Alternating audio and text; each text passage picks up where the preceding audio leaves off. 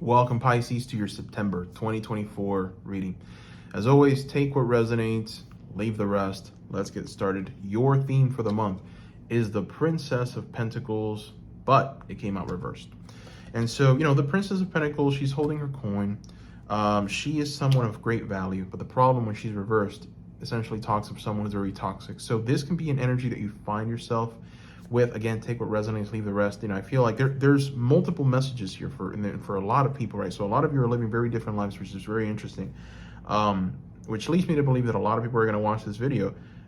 Princess of Pentacles reverse speaks of potentially someone who is in your space, a young girl who is very toxic, who maybe you should not listen to her advice because her advice is rotten. So just get away from that kind of energy. You'll be able to identify her because she might be going through some kind of heartbreak.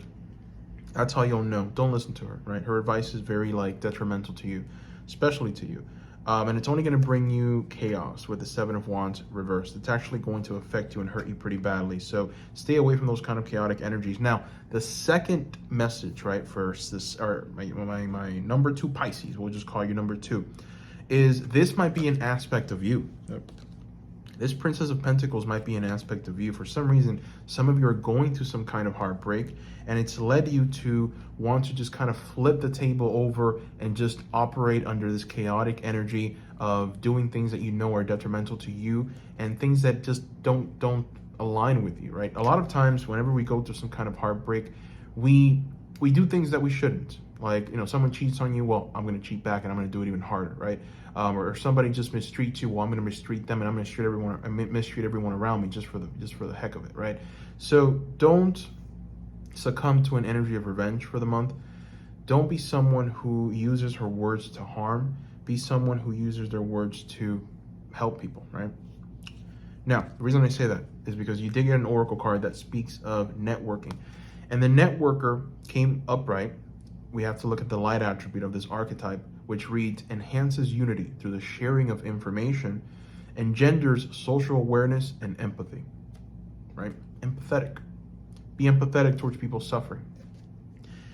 Be mindful, right? Be demure. I have to. I just had to. Anyways, so, awareness, right? Be aware of your surroundings. Be aware of the people around you. Ultimately, whatever heartbreak you're going through, this is the month where you work on it. This is the month where you try and get away from that. It's not going to be easy for those of you that are going through this heartbreak. This is going to be a month where you're just it's going to keep coming up. The Three of Swords can be talking about love. It could be talking about maybe losing somebody, losing a job, losing some kind of opportunity that's really left you feeling depleted. The fact that you did get the Princess of Pentacles reversed does talk of money, talks of finances, maybe even talks about health, right? This is not the month where you become chaotic. This is not the month where you want revenge. This is the month where you try and build, right? You try and engage with energies and people that are there to help you. Sometimes misery loves misery.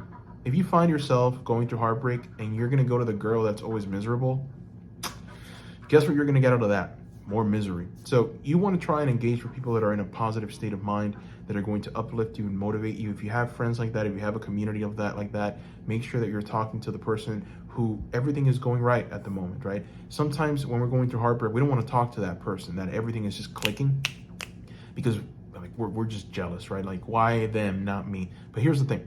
When you come into a person's energy, you almost kind of become that person to some extent, right? So if you're able to mix that kind of depressive, chaotic energy, that sadness with someone who's going through happiness, joy, and prosperity, your energies will mix together and you're going to be able to come out of it, right? Because ultimately, these things that we're going through, they're all very internal.